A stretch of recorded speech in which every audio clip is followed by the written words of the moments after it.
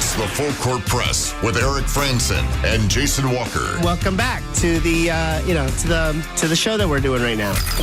Following the local teams, breaking down the biggest games with in-depth analysis and team interview. Join the show by calling into 435-752-1069 or text 435-339-0321. It's the Full Court Press. Rose, and yes! Caught! Touchdown! They did it!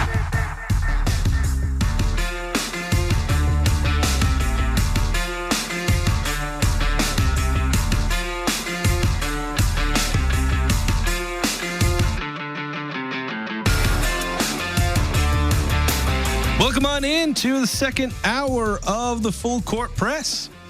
Jason Walker, Eric Frandsen, here on a Monday. It will be a shortened second hour. I didn't mention that in the first hour, I don't think.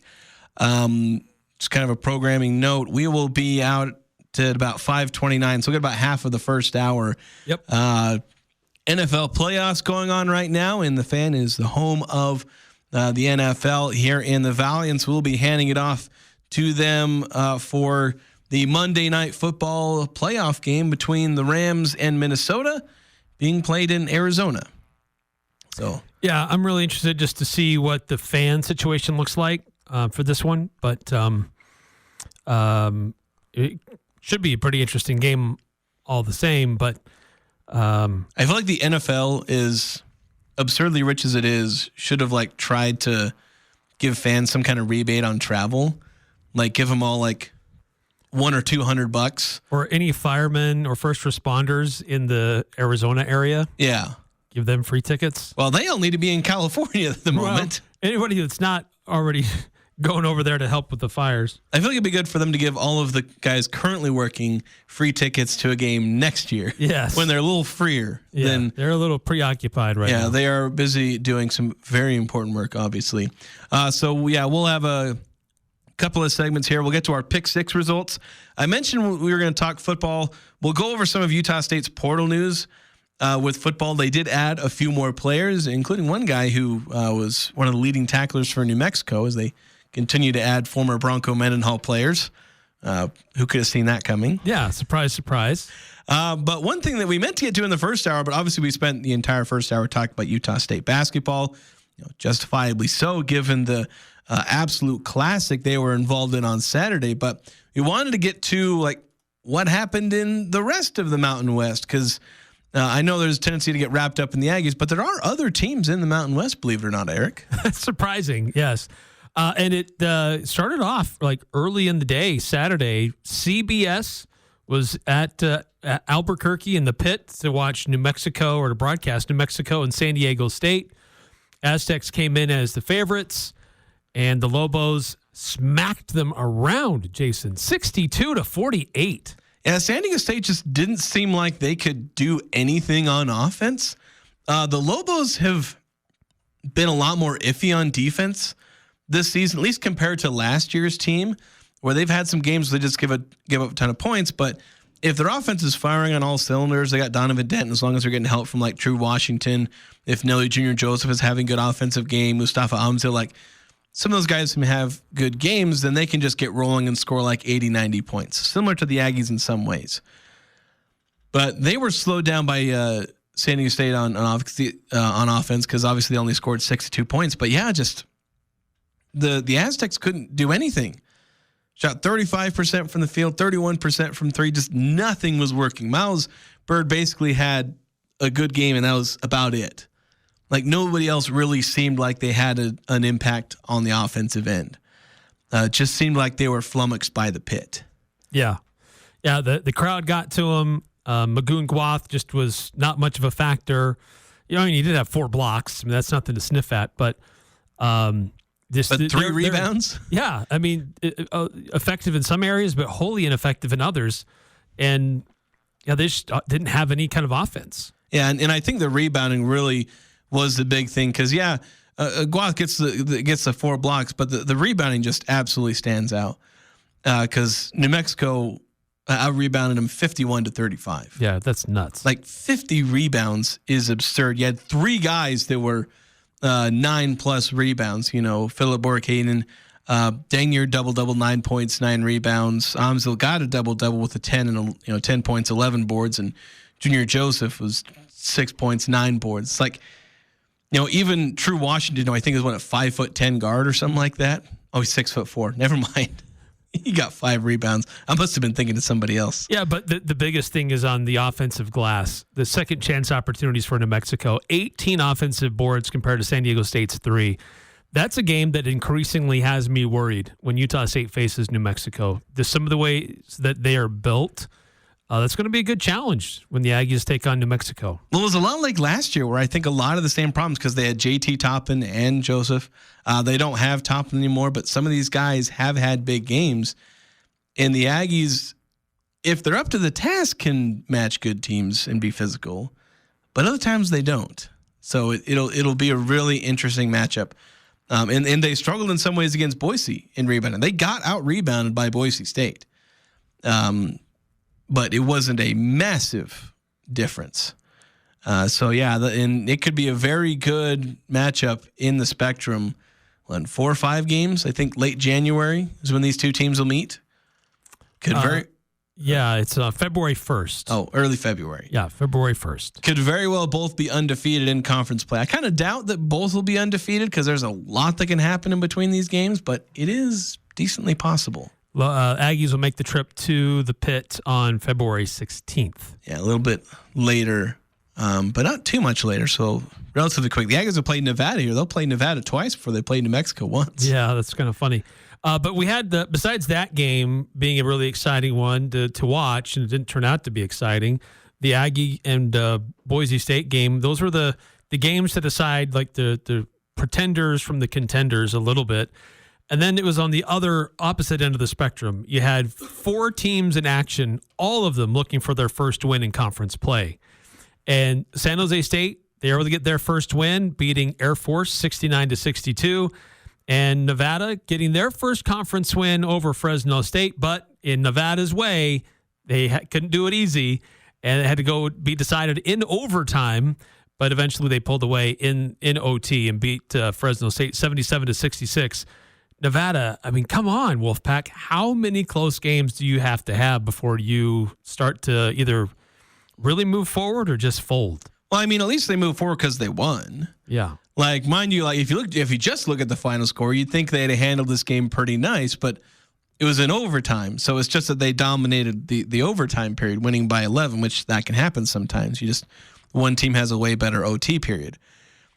But yeah, the Wolfpack they've gone from contender to pretender. I thought they were a contender. I was like, where New Mexico is now, where it's like you mentioned that game kind of worries you for the Aggies.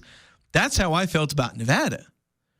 Now it's like, yeah, Nevada's not even a contender anymore. They're a team that's just completely fallen back. Pretty much all of their hopes for the tournament lie in winning the conference tournament.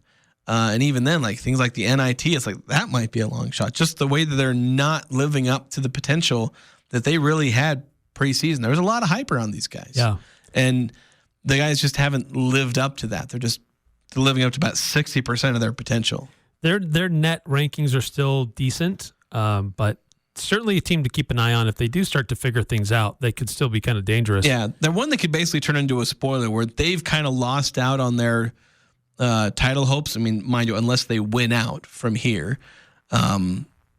But that's unlikely to happen. But obviously they're good enough that they could end up spoiling it for somebody else. If they come into the Spectrum and beat the Aggies, if they go beat Boise State or San Diego State or whatnot, it could be trouble for one of those teams because they're good enough to do that. But yeah, you mentioned the San Jose State Air Force. The other game that I don't know, felt disappointing, Colorado State wiping out UNLV. Yeah. And the Rebels, it was not a good week for them. They got blown out twice. First by Boise, then by Colorado State.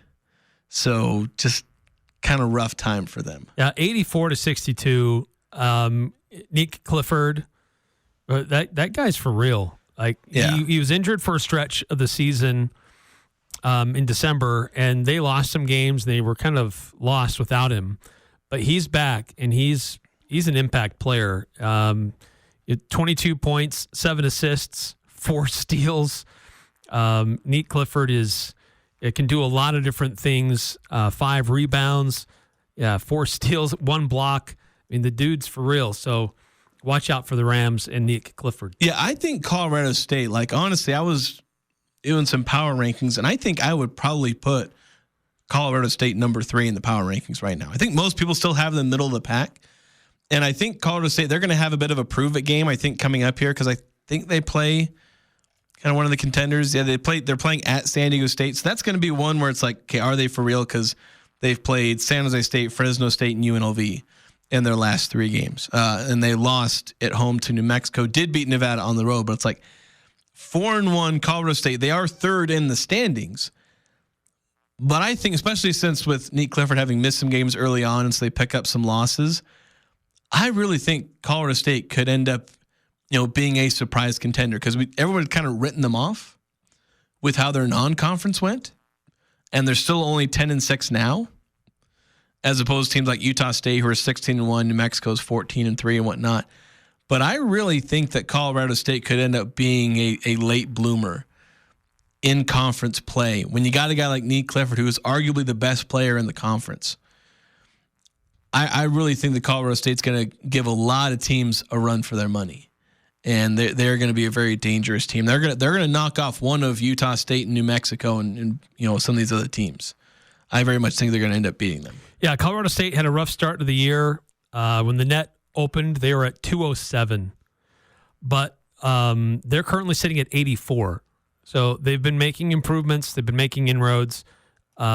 Not anything that's like signature on their resume. I mean, they did beat TCU, I guess, in overtime at a neutral site event. But Colorado State, if they continue to get on a run here, they could get some additional eyeballs for the Mountain West. Yeah, they're kind of like similar to Nevada, but in a more positive. Where I feel like they're on an upward trend.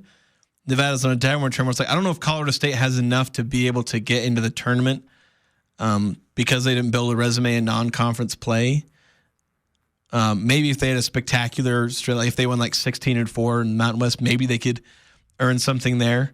I don't know if they'll quite do that, but yeah, again, I think the Rams are going to be a pretty dangerous team. So, but yeah, looking at the standings as they are right now, you have Utah State and New Mexico. They're your heavyweights, both 6-0. Both have taken on some pretty tough challenges, and they're both undefeated as of now. They've both had pretty significant scares against Wyoming, too. Yes. I mean, New Mexico had its huge scare against Wyoming. Utah State's bigger scare was against Fresno State. So it's weird how like both the teams in first place have actually had some weirdly bad games against lesser teams in the conference, where it's just like, yeah, it's conference play is tough, guys. It's tough. It's tough to win in the Mountain West. You might have a pretty bad half, before closing the game out and pulling it off.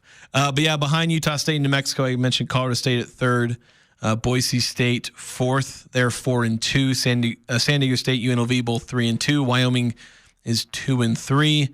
Then you got your 1 wins. Nevada at 1-4. San Jose State 1-5, and then Air Force and Fresno State both winless. You're totally defeated. Yeah, just absolutely. Fresno State feels like they keep being close, but then they can just never get over the top. Like, yeah, it's the most impressive 0-6 I've ever seen. Yeah, that's true. I mean, they've had some roster change themselves, and they seem to be an improving team, but they haven't been able to get any wins in conference play as of yet. They did mid-season addition by subtraction. They've gotten better since they kicked a kid off their team. Yes. Kind of an interesting situation there. So let's move on from Utah State basketball to Utah State football. And 'tis the season for transfer portal additions. We've had the transfer portal open and close, but even though it's closed, there's no deadline to commit. You can commit pretty much whenever. The question may be like, are you going to be able to participate in spring ball and register for classes? Because classes have started. So I don't know what the availability for spring ball will be for some of these guys, but a few additions for the Aggies. I have at least 3, at least that I've been able to see and kind of track down. I think one of them was today, but they added a quarterback out of Arizona, Anthony Garcia, a guy who didn't really play in Arizona at all. So it's a Power 5 transfer coming down, trying to find somewhere to play. because he wasn't cutting it at Arizona.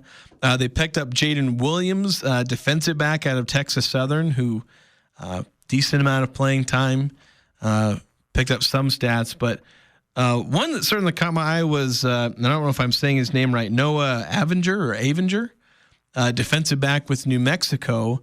He was one of their leading tacklers with the Lobos last year. I think it was 91 tackles on the season. So you like to see guys that are productive. At least, I don't know, as far as being able to build up hype, because you can get a guy that comes in who's barely played for his previous team and then he balls out. Like MJ Tafisi was like that. He basically didn't play. Was it Washington State? I think he was at Washington, and it was one of the Washington schools. And then he was like the Mountain West leading tackler for like 2 straight years. But getting Noah, 91 tackles, 3 tackles for loss, got 1 interception, 5 pass deflections, a fumble recovery, actually a scoop and score. So this is a guy, I know getting guys from New Mexico's defense is a little iffy because the New Mexico defense was iffy last year. Yeah. But this team needs guys who can play ball because they lost a lot of guys from their defense and their offense. They need players.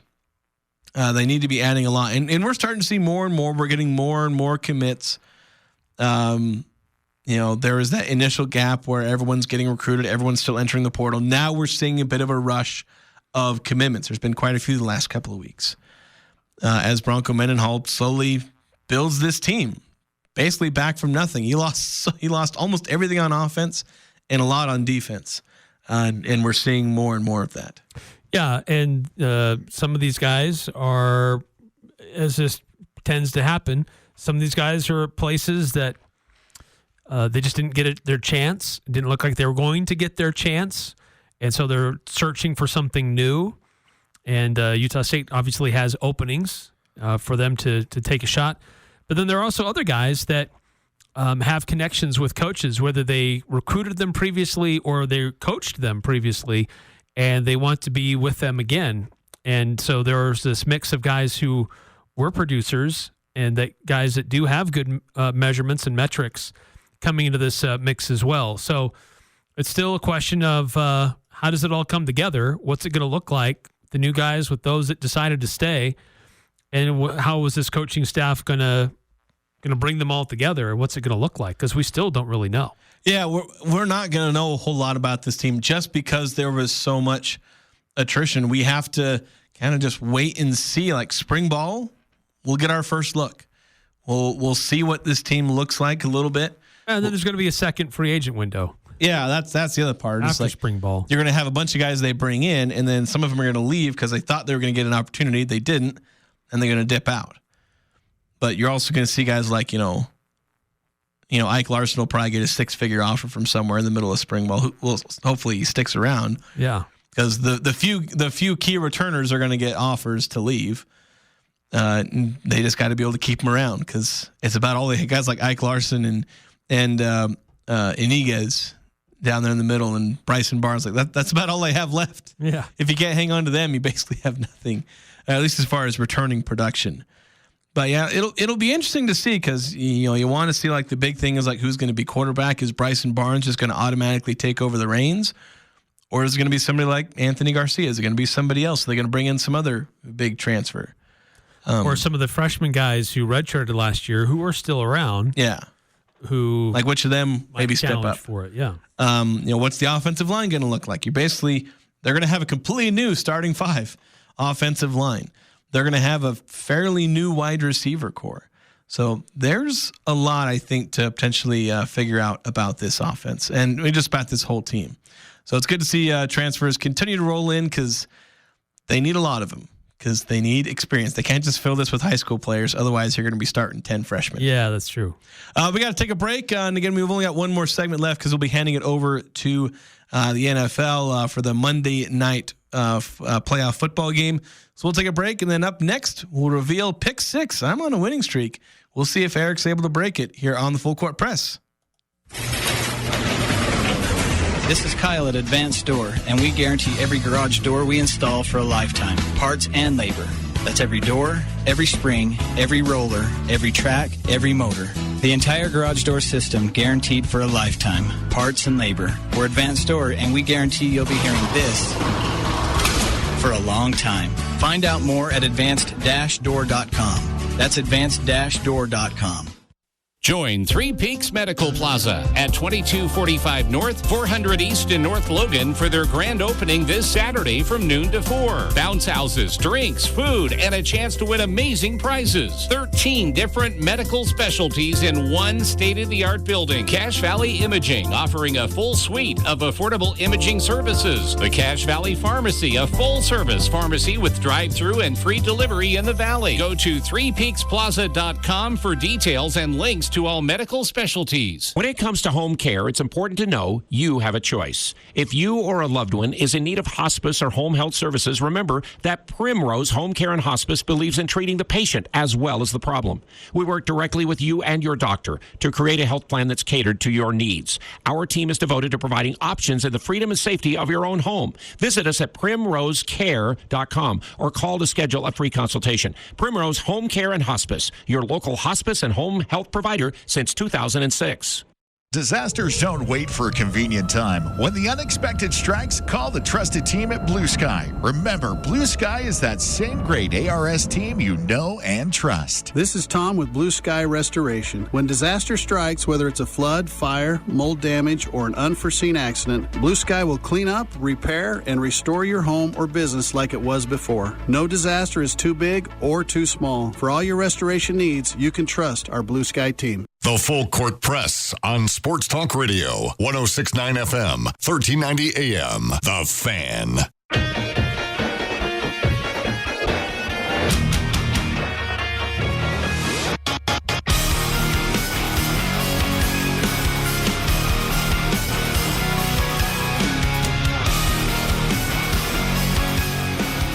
Welcome back to the Full Court Press. Again, we'll be handing it off to, I forget which network runs our radio. I think it's Westwood One. Westwood One. We'll be handing it off to them in about 6 minutes as they'll take you through the Minnesota Vikings taking on the LA Rams in Arizona. The game moved there for obvious safety concerns with what's going on in California. Otherwise, the Rams would be hosting in their stadium. Hey, how about just a quick shout out, Bobby Wagner, 8 tackles, half a sack. He had a fumble recovery at a critical time for the Commanders. Now, there was a play he kind of got trucked. I know he had some good and some bad, but he tied the team in total tackles. Just continues to perform at a high level, and excited to see him advance. Unfortunately, Jordan Love does not advance. Packers were missing a lot of guys on offense, and they struggled. But Jordan Love is headed home after kind of a puny performance, if you will, for the Packers. But it wasn't all on him. He was trying to maybe do a little more than he should and threw a few too many interceptions. But unfortunately, his season is over. Yeah, still need to see some improvements and some refinement from him. He needs to continue. He took a huge step forward last year, but you got to keep taking steps forward. Yeah. I don't know if he took a step forward this year. He just was kind of the same as he was last year. But the NFL is always moving forward, and it'll leave you behind. Right. And I think Jordan Love's going to kind of learn that lesson. And he needs a bit of help, too. Yeah, he could use some healthy players around him. That'll help. All right, so let's get into Pick 6, the results. Last Thursday, Eric and I went through 6 things that we were going to try and predict over the weekend, plus a PAT, if you will, a tiebreaker, if necessary. I'm on a bit of a win streak here, and it's been a while since Eric's won. So we'll see how this one goes. Starting with the lines that I set, who would have more rebounds in the Utah State-Boise State game, Carson Templin or Tyson Degenhart? If there had been a tie, there wasn't. It would have gone to the winning team.